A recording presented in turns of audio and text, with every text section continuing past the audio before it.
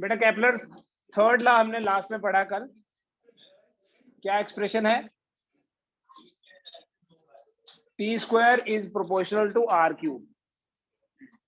इस एक्सप्रेशन में टी क्या है? Time period. एक प्लेनेट को जो टाइम लगता है एक पूरा रेवोल्यूशन कंप्लीट करने में, उस टाइम को टाइम पीरियड के अलावा एक चीज और बोलते हैं, दैट इज कॉल्ड ईयर। उसी टाइम को तो ईयर भी बोलते हैं ना, जैसे अर्थ के हिसाब say that is 365 days. Different planets have different duration of this time. इसका मतलब यह है कि अर्थ का जो टाइम पीरियड है प्रेजेंट रेडियस के हिसाब से, वो टाइम पीरियड है 365 डेज। क्वेश्चन ये है कि अगर इसमें आर बोल सकते हैं हम, it is distance between planet and sun, ठीक है, या radius of the orbit. If the distance between earth and sun becomes half of the present value,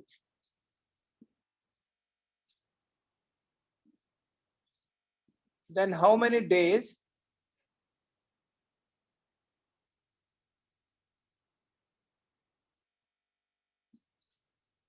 will be there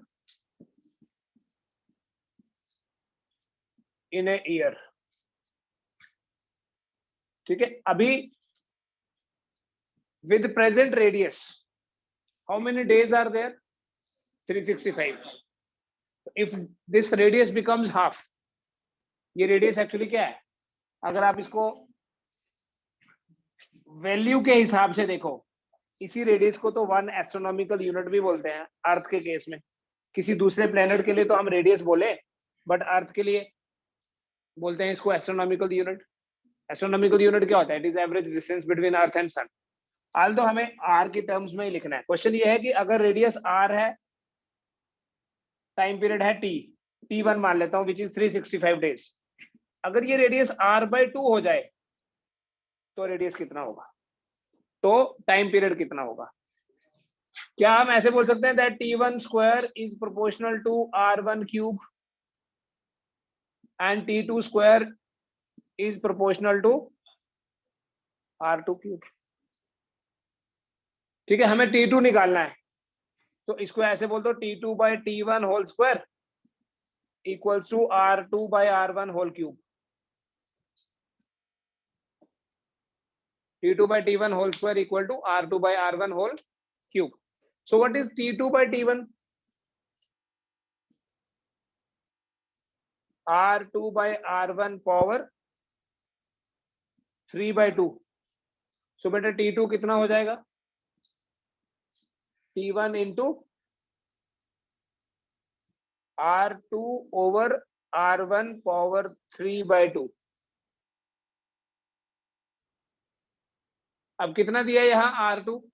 let me से कि R1 R है, R2 कितना है? R/2 लिखा है क्वेश्चन में। Distance between earth and sun becomes half of the present value. R2 आएगा R/2, तो T2 कितना हो गया? फिर इसी फॉर्मूले के हिसाब से अगर आप देखेंगे, हमारा T2 आ जाएगा T1 into R/2 divided by R power 3/2। R और R कैंसिल, सो बेटा T2 आ जाएगा T1 इंटू 1/2 का पावर 3/2, ऐसे लिखो, चलेगा? 3 इंटू 1/2 3/2 ही हुआ, बट ऐसे लिखेंगे तो 1/2 का क्यूब हो गया 1/8, है ना?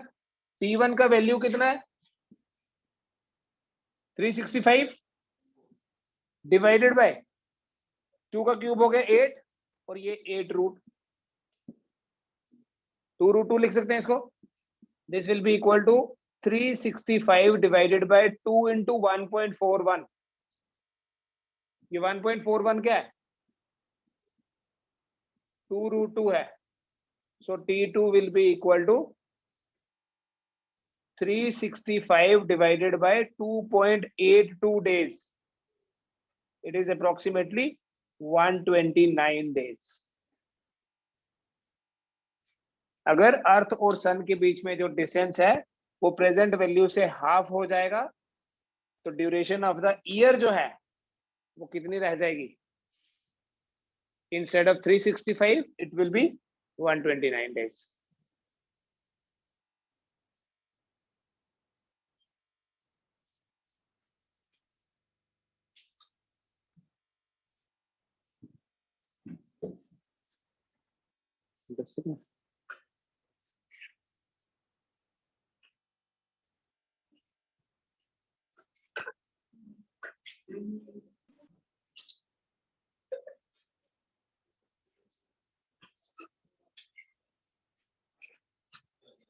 बिठा दो क्वेश्चन। क्वेश्चन बोला मैंने।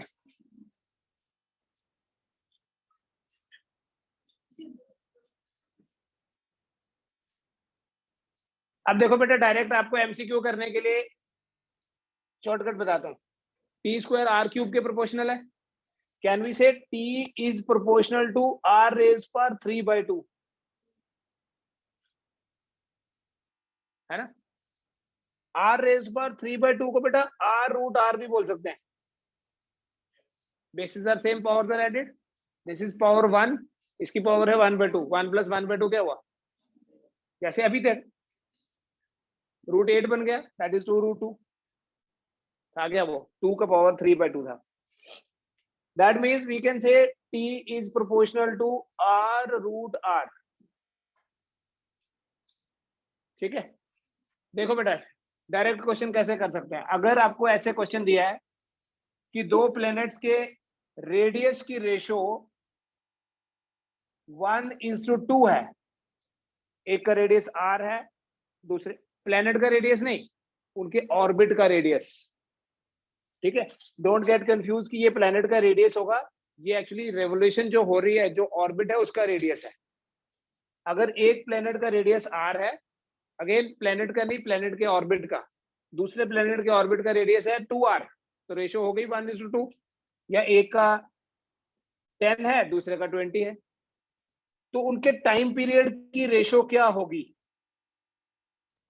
टाइम पीरियड की रेशो क्या होगी? आपको ये वाला फॉर्मूला नहीं लगाना है, ऐसे T2/T1 नहीं फाइंड करना है, या T1/T2 नहीं, डायरेक्ट बताना है, not by any calculation, simply write. Time period की रेशो होगी 1:2, है ना? 1√1 is to 2√2, so that will be equal to 1:√8 लिख लो चाहे, या 2√2 ही रहने दो। ठीक है, आप कैलकुलेशन करके देख लो, T1/T2 निकालो। अगर रेडियस की रेशो 1:4 है तो टाइम पीरियड की रेशो क्या होगी? 1:4√4, that will be 1:8। पता चला? 1 ये तो 1 ही आएगा ना, 1√1, 4√4, 4 × √4 होता है 2। अगर रेडियस की रेशो 1:9 है, if the ratio of radius is 1:9, then what will be the ratio of time period? 27, 9√9। Radius की रेशो है 1:16, टाइम पीरियड की रेशो होगी 1:64, 16√16। ठीक है, ये डायरेक्ट हो गया।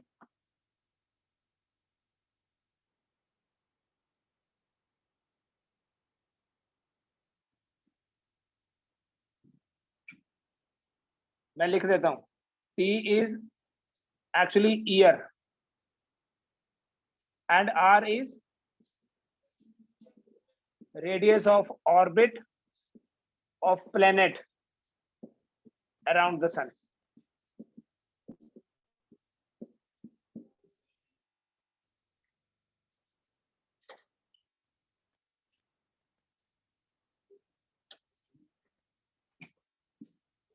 मान लो बेटा दो प्लैनेट्स हैं,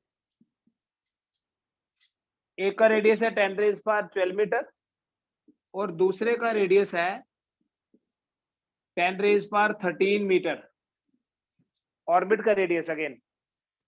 तो बताओ उनके टाइम पीरियड्स की रेशो क्या होगी और उनकी वेलोसिटीज की रेशो क्या होगी।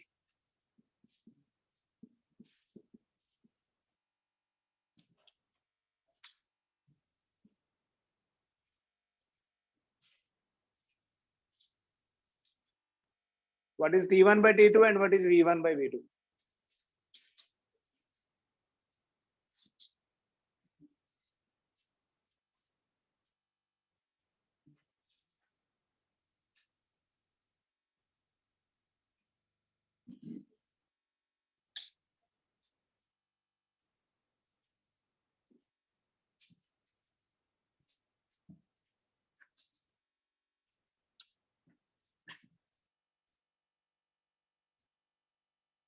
बेटा T1 by T2 whole square equal to R1 by R2 whole cube.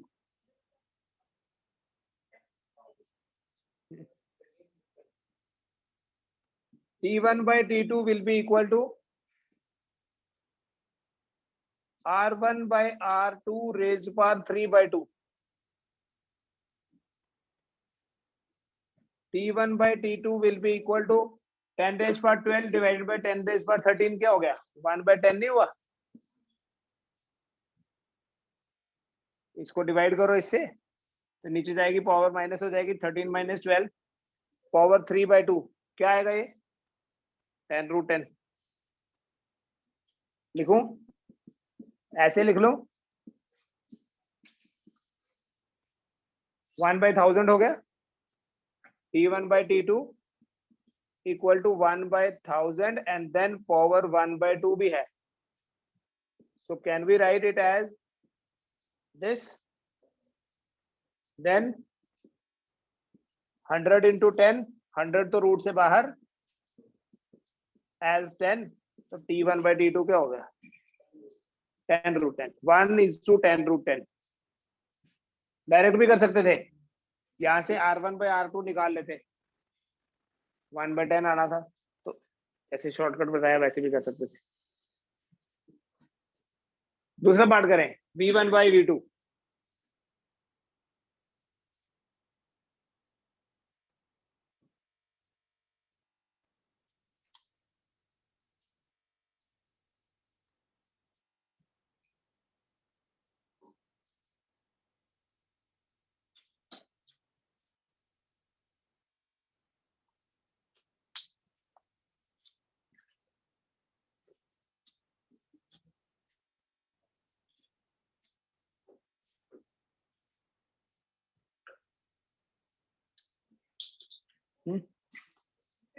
देखो V in general V is equal to 2 pi R by T.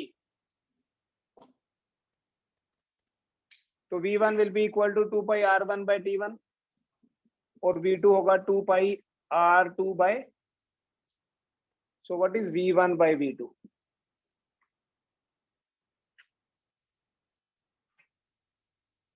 Two pi R by T1, 2 pi R2 by 2 pi cancel, R1 by R2 into T2 by T1.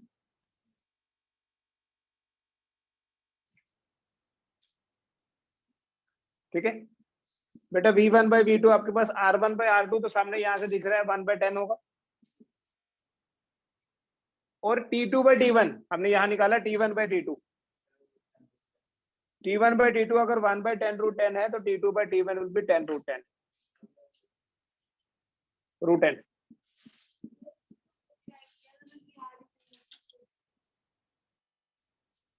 Yes, वो कौन सा था देखो, अब दोनों में difference बताता हूं. ये कर लिया, बताओ इसको.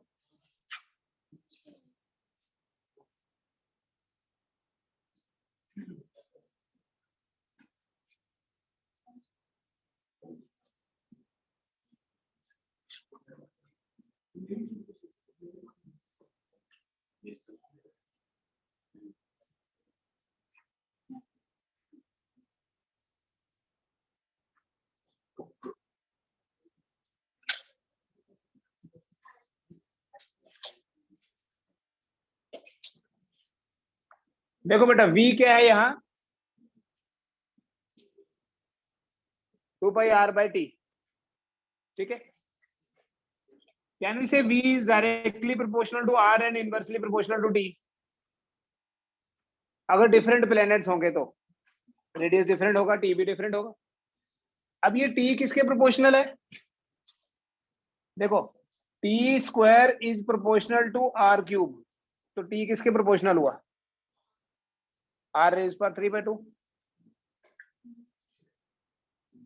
t, ठीक है।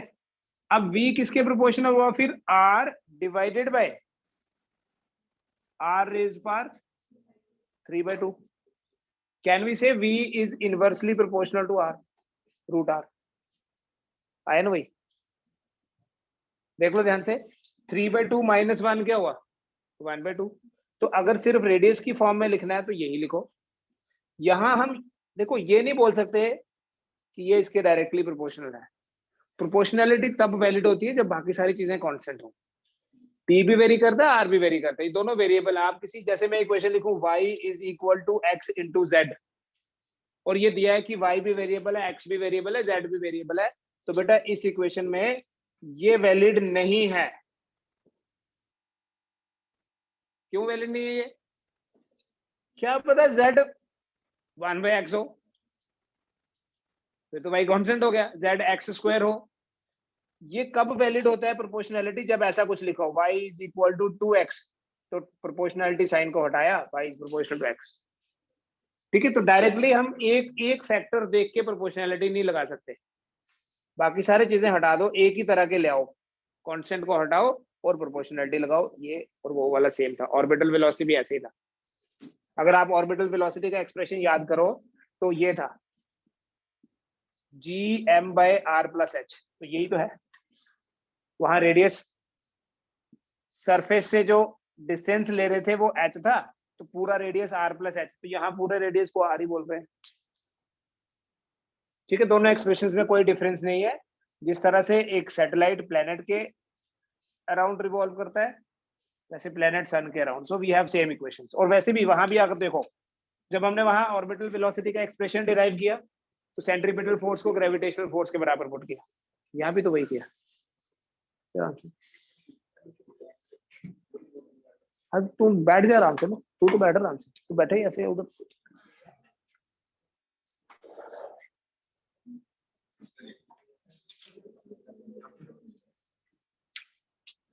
और एक क्वेश्चन देता हूं। A Saturn year is 29.5 times that of Earth year.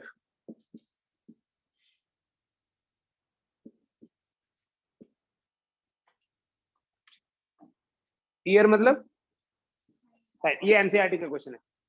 A Saturn year is 29.5 times that of Earth's year. Calculate the radius of Saturn's orbit around the sun.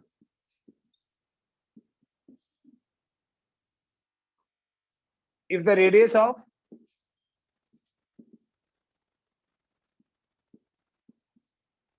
Earth's orbit is 1.5 into 10⁻11 metre, अगर अर्थ का जो orbit है उसका radius 1.5 into 10⁻11 metre है, जिसे astronomical unit बोलते हैं। अर्थ का ईयर हो गया 365 डेज, और ये दिया है कि Saturn year is 29.5 times earth year. मतलब अगर मैं ऐसे लिखूं, देखो T1 दिया 1 ईयर, T2 कितना है 29.5 years, R1 is 1.5 into 10⁻11 metre, R2 कितना होगा?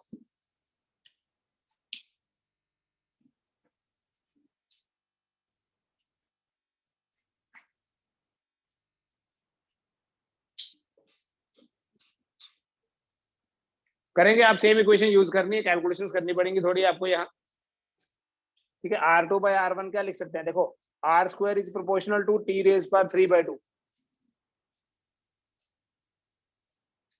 रिवर्स कर दिया मैंने। T square is proportional to R cube, ठीक है।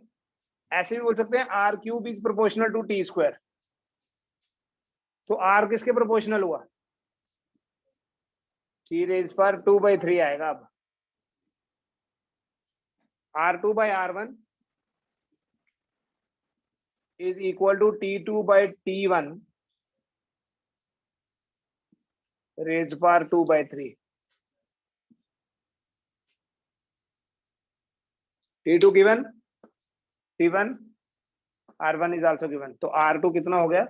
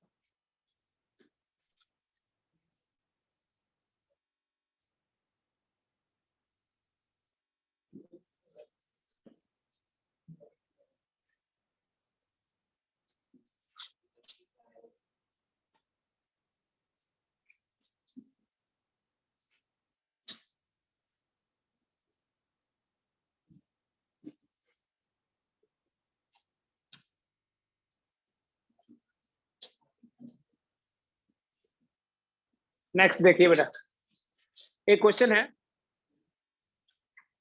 वेलोसिटी एट इंफिनिटी कैसे कैलकुलेट करनी?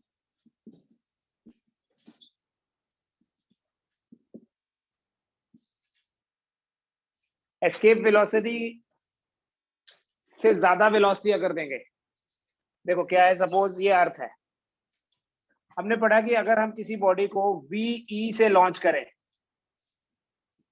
तो वो ग्रेविटेशनल फील्ड के बाहर तक पहुंच जाती है, यहां। और वो वी कितना है? 11.2। उससे ज्यादा वेलोसिटी देंगे तो वो यहां से भी बाहर चले जाएगी। तो जिस वेलोसिटी से वो ग्रेविटेशनल फील्ड से बाहर निकलती है उस वेलोसिटी को बोलते हैं वेलोसिटी एट इंफिनिटी। देखो, if a body is, heading दे दो ये, velocity at infinity. If a body is projected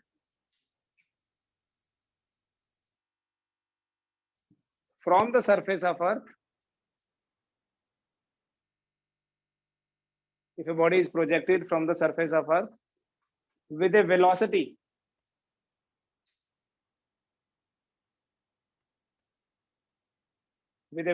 which is more than the escape velocity,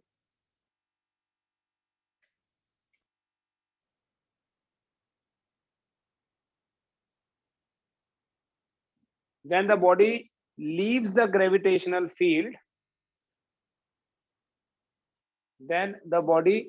the gravitational field,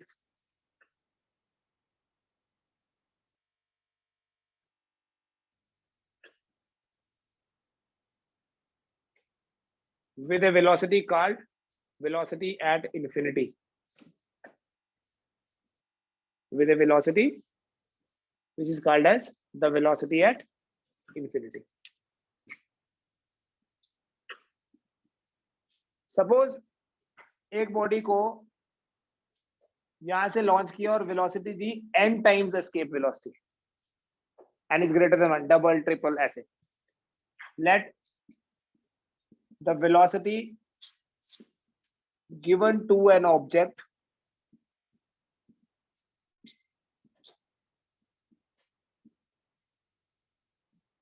from the ground is n times ve,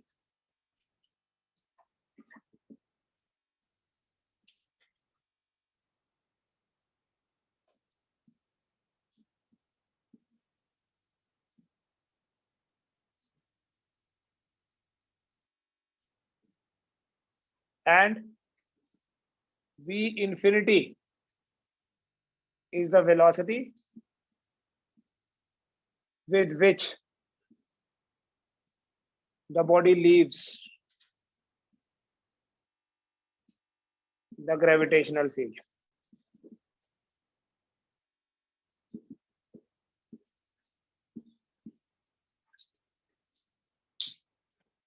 v infinity वो velocity है जिस velocity से body gravitational field से बाहर गई।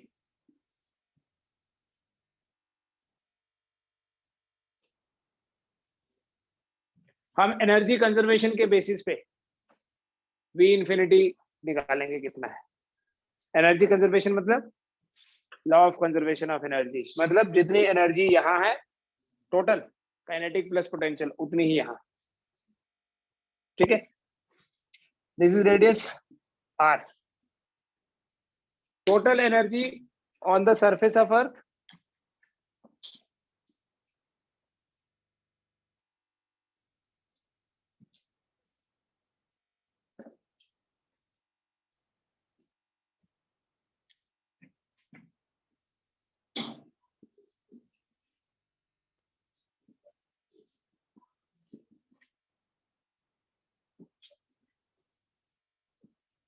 is equal to total energy at infinity। Surface पे जितनी energy होगी इंफिनिटी पे भी उतनी एनर्जी होगी। सरफेस पे पोटेंशियल एनर्जी है -g/m/r, एक्सप्रेशन क्या था -g/m/r + h, तो on the surface h0 plus 1/2 m into किस वेलोसिटी से लॉन्च किया है n times the escape velocity. ठीक है, ये हो गई पोटेंशियल एनर्जी, ये हो गई काइनेटिक एनर्जी। कहाँ पे? ग्राउंड पे। It should be equal to total energy at infinity. Infinity पे बेटा पोटेंशियल एनर्जी तो जीरो हो जाएगी बिकॉज यहां आता है r plus infinity will be zero, plus किस वेलोसिटी से वो ग्राउंड से निकली बाहर v इंफिनिटी, तो वहां टोटल एनर्जी कितनी हो गई? आपको बताया था बेटा पोटेंशियल एनर्जी का एक्सप्रेशन है -g/m/r + h। अगर अर्थ के सरफेस पे होंगे h0 होगा तो u0 आएगा -g/m/r, और अगर इंफिनिटी होगा तो u इंफिनिटी होता है 0। ठीक है, सो ये स्मॉल m तो कैंसिल हो जाएगा, कर दे -g/m, एक m cancel, -g/m/r plus 1/2 n², इधर देखना n²। एस्केप वेलोसिटी का एक्सप्रेशन याद है जो डेरिवेशन की थी हमने, √2gm/r in terms of mass of the planet, नहीं तो इसी को लिखते हैं √2gr। तो इस ve का स्क्वायर करोगे तो क्या बनेगा? स्क्वायर, अच्छा स्क्वायर तो हो गया, it is equal to 1/2 v infinity square. ये 2 और 2 cancel, gm/r n² - 1 gm/r into n² - 1 लिखे, इट इज इक्वल टू 1, यहां तक करो पहले, gm/r square into n² - 1।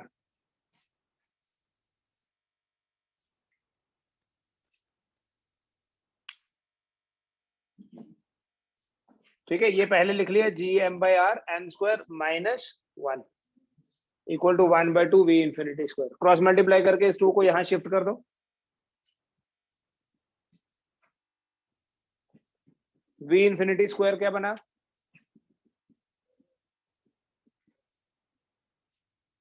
Twice gm/r into n² - 1।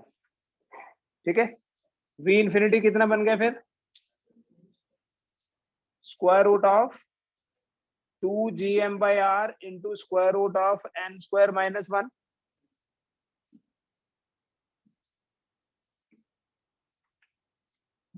Root 2gm/r escape velocity है. So v infinity is equal to ve into, ये formula direct आप याद रखें तो तब भी चल जाएगा काम. किस वेलोसिटी से बॉडी ग्राउंड ये ग्रेविटेशनल फील्ड से बाहर निकलेगी? ve into root of n square minus 1.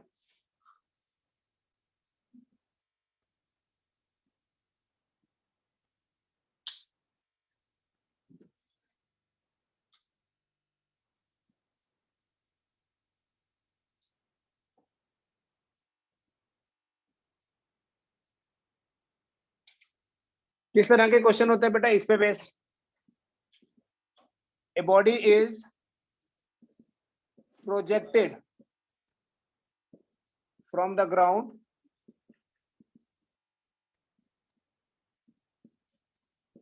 with a velocity which is 3 times the escape velocity.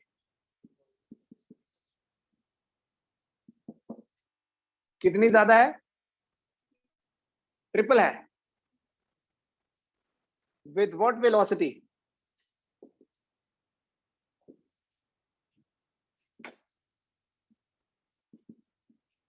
The body will leave the gravitational field. मतलब इन्फिनिटी पे, मतलब जब वो फील्ड से बाहर निकलेगी तब उसकी वेलोसिटी कितनी होगी?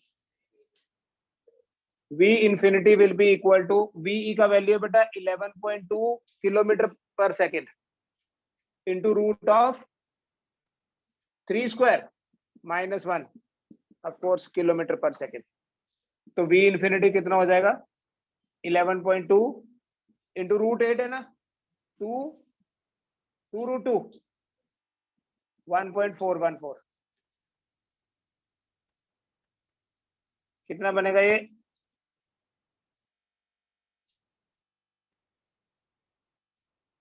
31 किलोमीटर के आसपास, 31 किलोमीटर पर सेकेंड. आप कैलकुलेट करके देख लीजिए.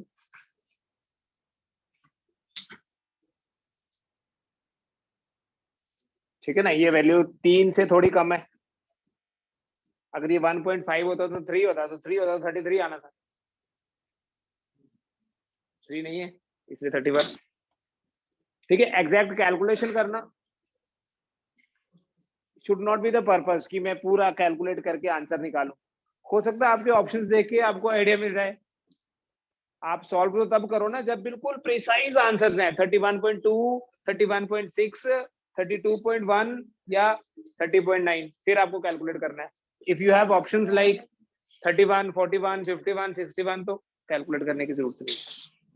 ठीक है, दैट्स ऑल इन ग्रेविटेशन.